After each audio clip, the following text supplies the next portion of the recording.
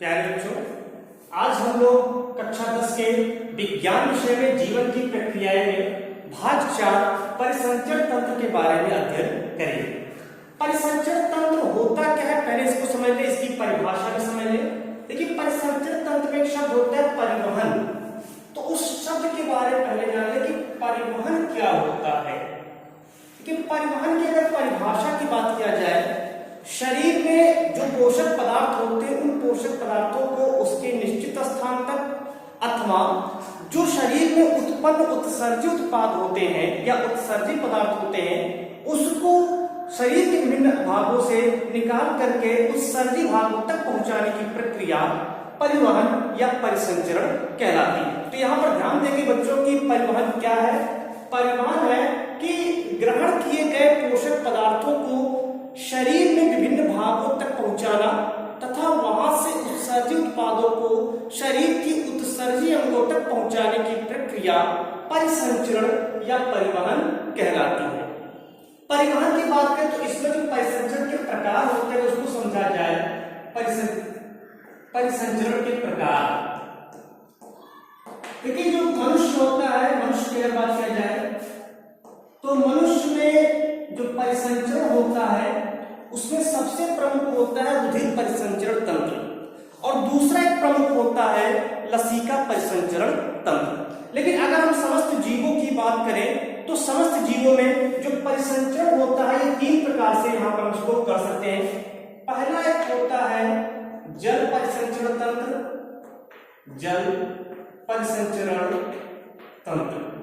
ये जल परिसंचरण तंत्र होता है यह कुछ छोटे जीव जो निम्न वर्गीय जंतु होते हैं, निम्न वर्गीय आकशेरुकी जो जंतु होते हैं उन निम्न वर्गीय आकशेरुकी जंतुओं में जल परिसंचरण तंत्र वहां पर पाया जाता है और उस जल परिसंचरण तंत्र के द्वारा जो भी जल होता है वो जल के साथ साथ भोज्य पदार्थ उसके शरीर में प्रवेश करता है और भोजन को ग्रहण करते हैं। तो भोजन को प्राप्त करने के लिए जल परिसंचरण तंत्र कुछ जो है छोटे निम्न वर्गीय जो आकशेरुकी जंतु होते हैं, नॉन वर्टिब्रेट्स होते हैं, नॉन कॉर्डेट्स होते हैं, उसमें पाया जाता है। दूसरा होता है रुधिर परिसंचरण तंत्र, रुधिर परिसंचरण तंत्र। रुधिर परिसंचरण तंत्र को हम लोग को अभी पूरी विस्तृत इसका अध्ययन करना है, डिटेल में इसको पढ़ना है। तीसरा एक है इसमें लसिका परिसंचरण तंत्र। लसिका परिसंचरण तंत्र जो होता है, अगर लसिका की बात किया जाए तो लसिका को छना हुआ रुधिर भी कहते हैं।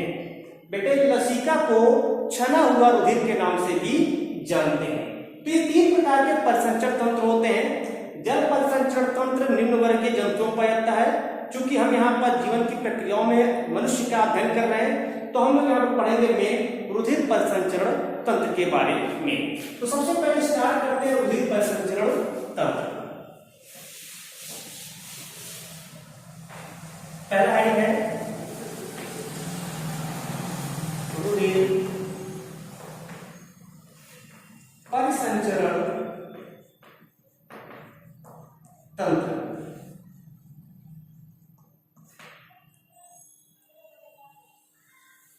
रुधिर परिसंचरण तंत्र की अगर बात किया जाए कि रुधिर परिसंचरण तंत्र जो होता है, इस रुधिर परिसंचरण तंत्र में कौन कौन से भाग आते हैं। तो रुधिर परिसंचरण तंत्र जो होता है इसमें 2 मुख्य भाग होते हैं हम लोगों के शरीर में। पहले तो इसके कार्य समझें कि रुधिर परिसंचरण तंत्र है क्या।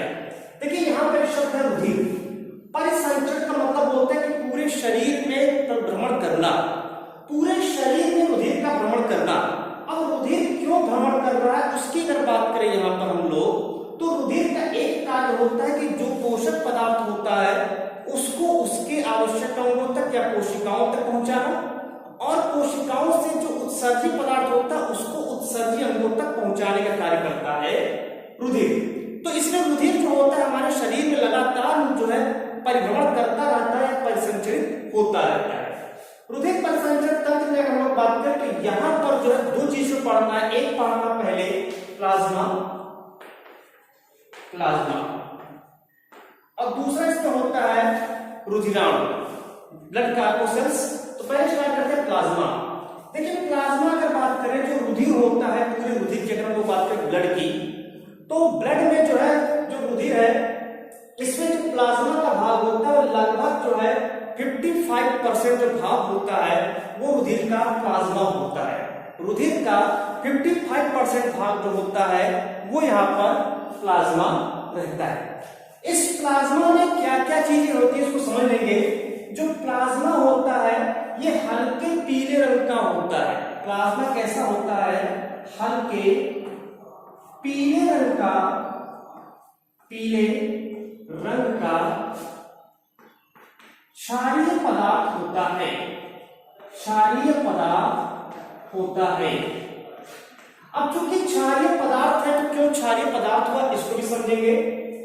इसमें जो प्लाज्मा होता है इस प्लाज्मा में 90% जो भाग होता है वो जल का बना होता है, जबकि जो शेष 10% भाग होता है इसमें कार्बनिक एवं अकार्बनिक पदार्थ घुले होते हैं, एवं अकार्बनिक पदार्थ घुले होते हैं।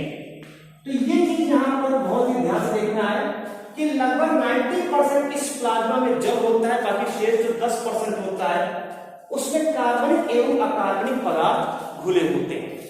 और इस कार्बनिक पदार्थों की बात करें तो इस कार्बनिक पदार्थ में से प्रोटीन आते हैं, एंजाइम्स है, हार्मोन्स है, विटामिन है, खनिज लवण है, ये सभी इसके अंतर्गत आते हैं।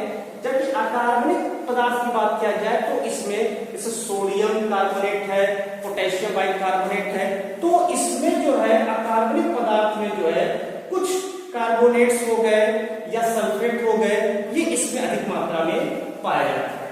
तो इसमें कार्बनिक पदार्थ सबसे मुख्य होता है। कार्बनिक पदार्थ जो होते हैं इसमें जैसे इसमें प्लाज्मा प्रोटीन उपस्थित होता है। प्लाज्मा प्रोटीन की अगर बात किया जाए तो प्लाज्मा प्रोटीन में जैसे एल्बुमिन सबसे प्रमुख इसमें पाया जाता है, एल्बुमिन है। इसके अलावा प्रोथ्रोम्बिन है, प्रोथ्रोम्बिन है, फाइब्रोजेन है, फाइब्रोजेन है, और एक और बहुत मुख्य पाया जाता है हिपैरिन। तो ये इसमें प्लाज्मा प्रोटीन जो है उपस्थित होते हैं। उसमें एल्बुमिन है, प्रोथ्रोम्बिन है, फाइब्रोजेन है, हिपैरिन। इन दोनों का नाम सुने होंगे। जब कहीं पर चोट लग जाता है, कट जाता है, वहां से रुधिर का स्राव होता है तो रुधिर कुछ समय बाद थक्का जम जाता है और वो वहां पर स्कंदन हो जाता है, जिसके कारण रुधिर का स्राव कम हो जाता है, तो प्रोथ्रोम्बिन और फाइब्रोजेन के कारण होता है। जबकि एक क्वेश्चन और भी दिमाग में रहता है कि रुधिर जैसे वायु के संपर्क में आता है, बाहर आता है, वो जम जाता है। लेकिन अगर हमारे शरीर की बात करें, शरीर में रुधिर नहीं जमता है। उसका मात्र रीजन यह होता है कि उसमें हिपैरिन नामक पदार्थ पाया जाता है। हिपैरिन कहाँ से स्रावित होता है? कभी कभी यही दिमाग में क्वेश्चन आता है बच्चों के कि सर ये हिपैरिन स्रावित कहाँ से होता है? तो जो हिपैरिन का स्राव होता है वो हिपर से होता है। हिपर का मतलब होता है यकृत। तो यकृत भाग से हिपैरिन का स्राव होता है, जो कि प्रोटीन होता है, प्रोटीन प्लाज्मा। ये स्रावित होकर के आकर के प्लाज्मा में मिलता है और जा करके रुधिर में जो रुधिर वाहिनियां है उस वाहिनियों में रुधिर को जमने से रोकने का कार्य करता है हिपैरिन। तो पहले सबसे प्रमुख इसमें होता है प्लाज्मा प्रोटीन में पाया जाता है। दूसरा सबसे प्रमुख होता है कि पचे हुए पोषक पदार्थ इसमें पाए जाते हैं। पचे हुए पोषक पदार्थ इसमें उपस्थित होते हैं। तो एक दूसरा जिसमें होता है पचे हुए पोषक पदार्थ, जैसे मान लीजिए इसमें ग्लूकोज हो गया या प्रोटीन हो, वसा हो गया। तो जो भी हम भोजन करते हैं वो भोजन जब उसमें पच जाते हैं तो उसका सरल पदार्थ होता है, उस पचे हुए पोषक पदार्थों के स्थानांतरण में जो प्लाज्मा सहायक होता है, तो यह जो प्लाज्मा में ही उपस्थित होता है। इसके अलावा और क्या होते हैं? और की बात किया जाए तो इसमें जो उत्सर्जी पदार्थ भी घुले होते हैं, उत्सर्जी पदार्थ भी इसमें जो है घुले होते हैं। उत्सर्जी पदार्थ जैसे मान लो शरीर में जो हमारे शरीर में यूरिया बनता है, उस यूरिया का भी जब कुछ मात्रा आकर के हमारे इस प्लाज्मा में मिलता है, प्लाज्मा के द्वारा वो जो है ऊतक द्रव में जा करके और वहां से फिर जो है जो उसके उत्सर्जी अंग होते हैं वहां पर उसको पहुंचा दिया जाता है। तो उत्सर्जी पदार्थ भी इसमें जो उपस्थित होते हैं। उत्सर्जी पदार्थ में जैसे अमोनिया हो गया या कार्बन डाइऑक्साइड हो गया, ये इसमें पाए जाते हैं। इसके अलावा इसमें और भी क्या चीज पाए जाते हैं? इसमें खनिज लवण भी जो है पाए जाते हैं। खनिज लवण इसमें उपस्थित खनिज लवण जो हमारे शरीर के लिए आवश्यक तत्व होता है, खनिज लवण इसमें पाए जाते हैं। इसके अलावा इसमें विभिन्न प्रकार के एंजाइम भी पाए जाते हैं, एंजाइम भी उपस्थित होते हैं। और इसके अलावा हमारे शरीर में प्रतिरक्षी तंत्र होते हैं, वो भी इसमें पाया जाता है, प्रतिरक्षी तंत्र भी इसमें उपस्थित होता है। और एक चीज होता है सबसे प्रमुख, हार्मोन, हार्मोन भी इसमें जो है पाया जाता है। 7 भाग देते हैं हार्मोन। तो ये यहाँ पर जो है इस प्लाज्मा में रुधिर प्लाज्मा जो होता है, उस रुधिर प्लाज्मा का यह एक भाग होता है जिसमें ये सारी चीजें पाई जाती हैं। कौन कौन से पाते हैं? प्लाज्मा प्रोटीन पाया जाता है, पचे हुए पोषक पदार्थ पाए जाते हैं, उत्सर्जित पदार्थ पाए जाते हैं, खनिज लवण पाया जाता है, एंजाइम पाए जाते हैं, प्रतिरक्षी तंत्र है, हार्मोन्स है, ये सभी पदार्थ इसमें जो है प्लाज्मा में उपस्थित होते हैं। और प्लाज्मा में चूंकि यहाँ पर कुछ अकार्बनिक पदार्थ जैसे कि कार्बोनेट या बाइकार्बोनेट पाया जाता है, जिसके कारण जो है ये जो है क्षारीय प्रकृति का होता है। क्योंकि इसमें जो लाल रंग का वर्ण पदार्थ होता है वो नहीं पाया जाता, इसीलिए प्लाज्मा का जो रंग होता है वो हल्के पीले रंग का रहता है। तो ये पूरा था आज का प्लाज्मा। अब बात करते हैं रुधिराणु की। दूसरा है इसमें रुधिराणु। रुधिराणु रुधिराणु को इंग्लिश में कहते हैं कार्पोसेल्स। इसको हम लोग ब्लड कार्पोसेल्स भी कह सकते हैं, ब्लड कार्पोसेल्स भी कहा जाता है। तो जो रुधिराणु होता है, रुधिराणु की बात किया जाए तो ये रुधिराणु होता है ये लगभग 45%, जो हमारा रुधिर है उस रुधिर का लगभग 45% भाग बनाता है रुधिराणु। रुधिराणु 3 प्रकार के होते हैं। पहला एक होता है लाल रुधिराणु। लाल रुधिराणु, जो लाल रुधिराणु होता है इसको कहते हैं रेड ब्लड कार्पोसेल्स। रेड ब्लड कार्पोसेल्स, इसको शॉर्ट फॉर्म में हम लोग आरबीसी के भी नाम से जानते हैं। तो उसको समझते हैं लाल रुधिराणु होता क्या है। देखिए लाल रुधिराणु की अगर बात किया जाए तो इसमें एक वर्णक पदार्थ घुला होता है जिसका नाम है हीमोग्लोबिन। तो इसमें एक चीज पाया जाता है जिसका नाम है हीमोग्लोबिन। हीमोग्लोबिन, हीमोग्लोबिन क्या है? तो हीमोग्लोबिन एक जो है वर्णक पदार्थ होता है जो यहाँ पर आकर के ऑक्सीजन से क्रिया करता है और ऑक्सीजन से क्रिया करके ये यहाँ पर जो है ऑक्सी हीमोग्लोबिन बना लेता है। ऑक्सी हीमोग्लोबिन यहाँ पर बना लेता है। और ये ऑक्सी हीमोग्लोबिन जो होता है, फिर ये ऑक्सी हीमोग्लोबिन जो है ये जाकर के हमारे जो विभिन्न प्रकार की कोशिकाएं, उन कोशिकाओं में पहुंच करके ऑक्सी हीमोग्लोबिन से ऑक्सीजन मुक्त होकर के कोशिकाओं को प्राप्त हो जाता है।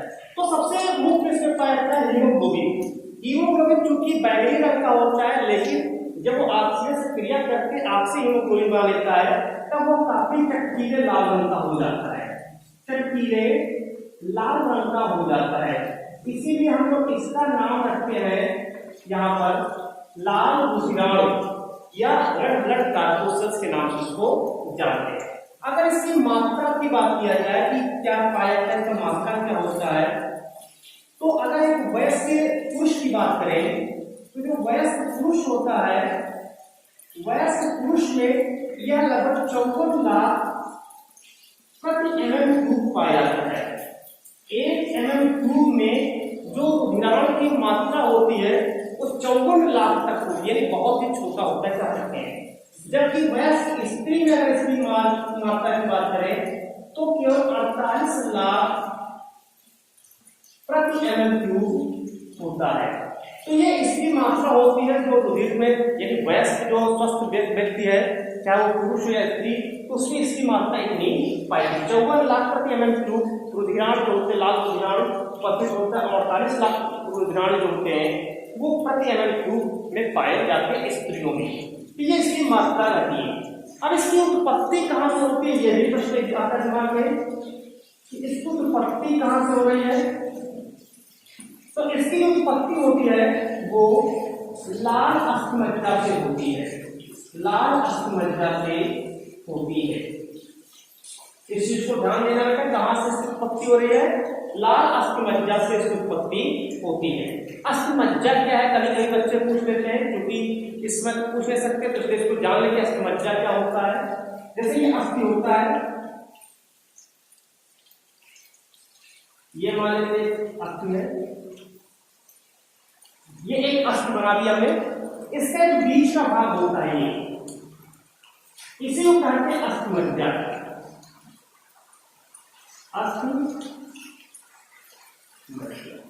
ठीक है, तो लाल अस्थिमज्जा से इसकी उत्पत्ति होती है। इसके जीवन काल कितना होता है, औसत जीवन काल की अगर बात किया जाए, लाल उदाहरण होता है, इसका औसत जीवन काल कितना होता है, तो ये 120 से 127 दिन तक इसका औसत जीवन काल होता है। उसके बाद नष्ट हो जाता है, नष्ट होकर कहा जाता है, तो ये जाता है स्प्लीन में, प्लीहा को इसका कब्रिस्तान, लाल रुधिराणुओं का कब्रिस्तान भी कहते हैं प्लीहा। तो खैर वो बात एक बात है, लाल रुधिराणु, ये बातें यहाँ पर थी। लाल रुधिराणु का मुख्य कार्य क्या है, इसमें हीमोग्लोबिन पाया जाता है जो ऑक्सीजन से क्रिया करते हैं, आपसे हीमोग्लोबिन बना लेता है। अगर हम बात करें यहाँ पर जो है कशेरुकी जंतु में स्तनधारियों की, तो स्तनधारी की अगर बात किया जाए, जैसे हम लोग उसमें आते हैं, मनुष्य आता है, तो स्तनधारी में अगर बात करें तो इसमें केंद्रक जो है नहीं पाया जाता। ध्यान रखिएगा यहाँ पर जो है केंद्रक विहीन होता है, केंद्रक विहीन होता है, और साथ में ये उभयावतल संरचना में होता है, केंद्रक विहीन उभयावतल होते हैं। तो ये इसके यहाँ पर आता है। अब केंद्रक नहीं पाया है, क्यों नहीं पाया था, तो केंद्रक के साथ साथ और भी कोशिकांग नहीं पाए थे, क्योंकि वहां पर हीमोग्लोबिन की मात्रा ज्यादा से ज्यादा वहां पर इसके रखना है। अगर इसके बारे में बहुत डिटेल पढ़ना है तो इसका वीडियो हम जो है डिटेल में जो इंटर के लिए या कॉम्पिटिशन्स के लिए बनाया गया है, तो उसमें वहां पर उपलब्ध है, उसको जा करके वहां से भी देख सकते हैं, इसका पूरी डिटेल वहां पर बनाया गया है। ठीक है, तो ये चीज, लेकिन यहाँ पर क्योंकि हाई स्कूल लेवल बना रहे हैं, तो इसलिए बहुत ही शॉर्ट में इसको करते हुए चल रहे हैं। वाइज अगर जो इसको डिटेल में पढ़ना है, कंपटीशन के थ्रू पढ़ना है, तो इसी चैनल पर इसके वीडियो जो है मिल जाएंगे, आप उस वीडियो को वहां से देख करके इसकी पूरी डिटेल में जो है अध्ययन कर सकते हैं। तो ये यहाँ पर लाल रुधिराणु की बात थी। अब दूसरी आती है इसमें, दूसरी बात करते हैं इसमें, सेकेंड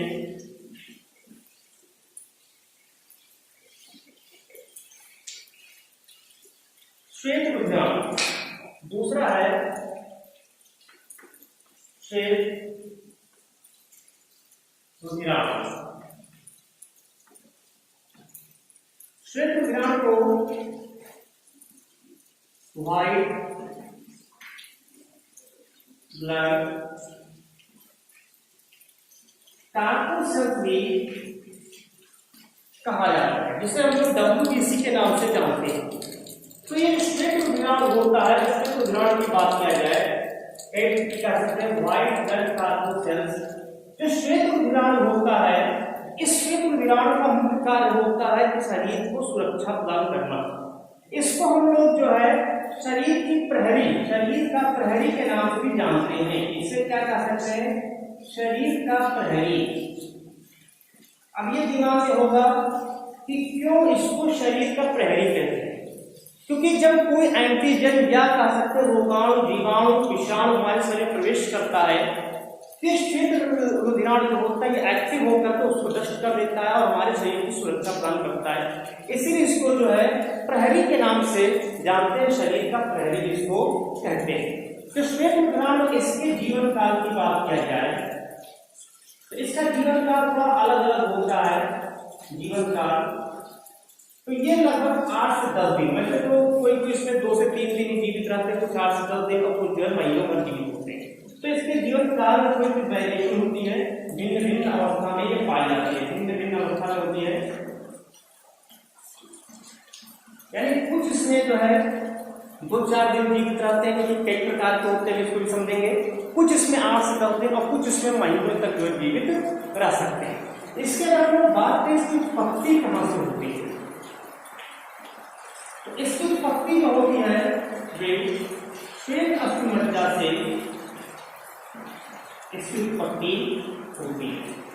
इसके अलावा ये इसकी मात्रा कितनी होती है, तो ये लगभग स्त्री और पुरुषों में बराबर होती है। 5000 से 9000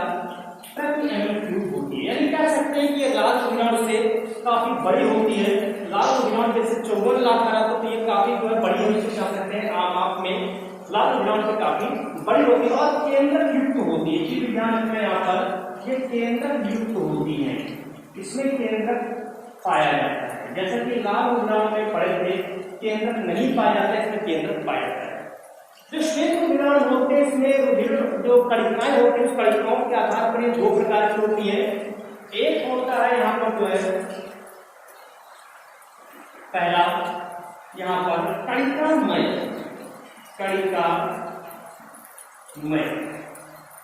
रुधिरांश, इसको ग्रेनुलोसाइट भी कहते हैं, ग्रेनुलोसाइट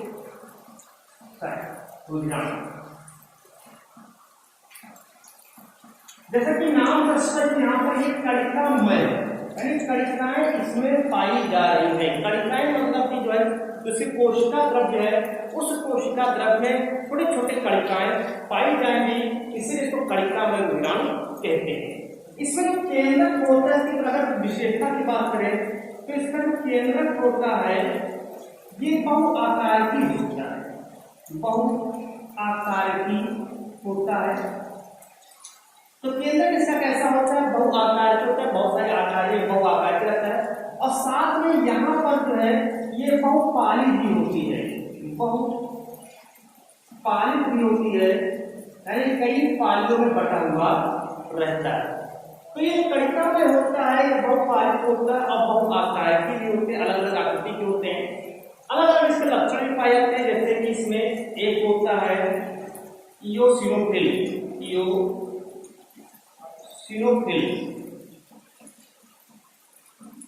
इसको हम लोग एक और नाम से जानते हैं, एसिडोफिल्स के नाम से इसको जानते हैं, एसिडोफिल्स के नाम से जानते हैं। इओसिनोफिल्स जो होता है जब कहीं पर मान लेते से एलर्जी हो रहा हो, चकत्ते पड़ गए हो, उस समय ये ज्यादा एक्टिव होता है इओसिनोफिल्स। नाम रखा क्या है, इसको अभिरंजक जिसका होता है अभिरंजित करके दे सकते हैं इसको इओसिन, एक अभिरंजक होता है इओसिन नामक लाल रंग के अम्लीय अभिरंजक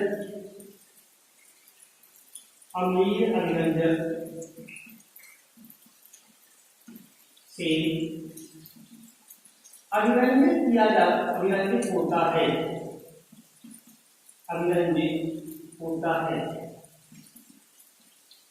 तो ये इसको कहते हैं एसिडोफिल्स या इओसिनोफिल्स के नाम से जानते हैं। दूसरा एक होता है इसी में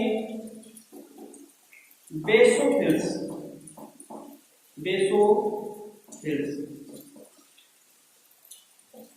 या क्षारीय अभिरंजक से, या क्षारीय अभिरंजक।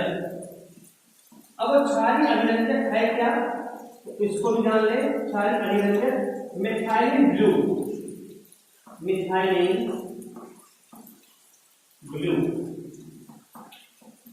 से अभिरंजित होता है,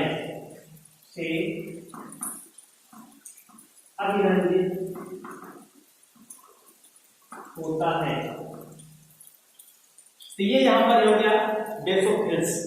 एक तीसरा होता है इसमें न्यूट्रोफिल्स। जो न्यूट्रोफिल्स होता है यह अम्लीय अभिरंजक तथा क्षारीय अभिरंजक दोनों से अभिरंजित हो सकता है। यहाँ ध्यान रखिएगा, ये केवल जो है एसिड यानी अम्लीय अभिरंजक से इसको अभिरंजित किया जा सकता है, यह क्षारीय अभिरंजकों से अभिरंजित होता है, जबकि न्यूट्रोफिल जो होता है ये अम्लीय या क्षारीय दोनों अभिरंजकों से इसको जो है अभिरंजित किया जा सकता है। और कणिकामय में इसकी संख्या सबसे अधिक होती है, 70% जो होता है वो न्यूट्रोफिल से ही होता है। दूसरा इसमें आते हैं कणिकामय हो गया था, अब दूसरा आते हैं इसमें अकणिकामय रुधिरांश।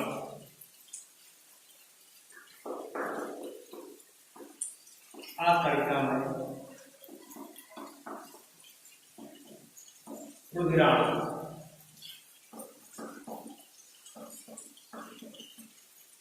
इसको एक ग्रेनुलोसाइट भी कहते हैं,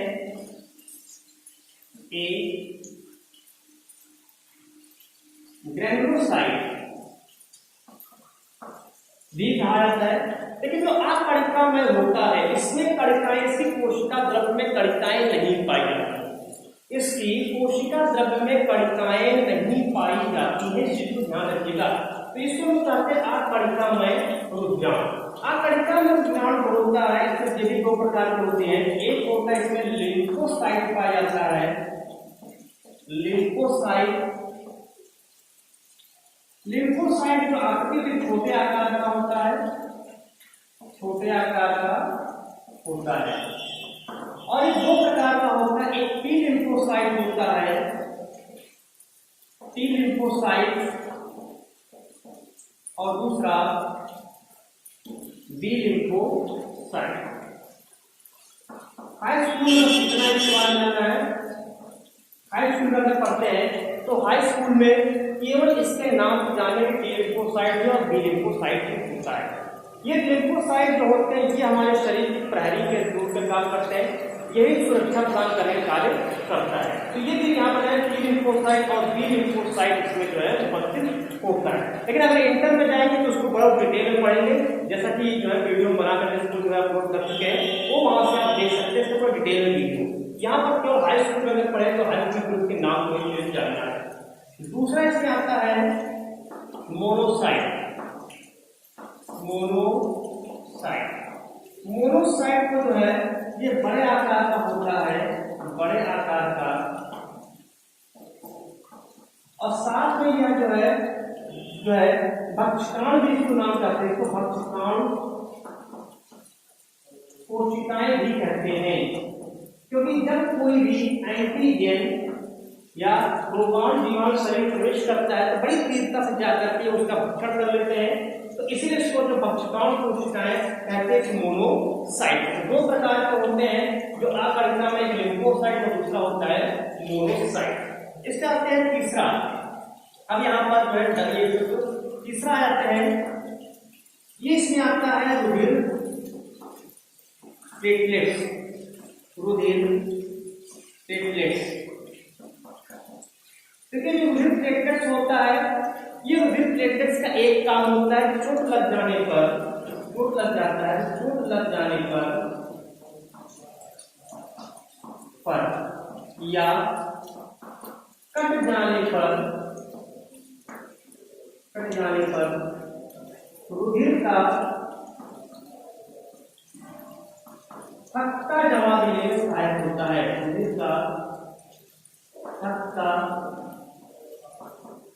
जमाने में सहायक होता है। ये इसका जो है जो प्लेटलेट्स होता है, प्लेटलेट्स का कार्य होता है, ये रुधिर का थक्का जमाने में सहायक होता है। चोट लग जाए, जैसे कहीं पर रुधिर का स्राव होने लगा तो कुछ समय में जो है वहां पर थक्का जम जाता है, जिससे रुधिर का स्राव बंद हो जाता है, तो उसमें भूमिका में होती है रुधिर प्लेटलेट्स की। तो ये यहाँ पर पूरा भाग था, ये आप लोग पढ़े कि किस प्रकार से रुधिर को प्लाज्मा और जो उसके रुधिर कणिकाएं थे उसमें इसको विभाजित किया है। हाँ, इसकी और प्लेटलेट्स का जो है बात करते हैं निर्माण कहाँ से कभी बच्चे पूछते किसका बताया है, WRBC का बताया है, इसका तो जीवन काल बताया गया और नाइस उत्पत्ति, तो उसको भी जाना यहाँ पर।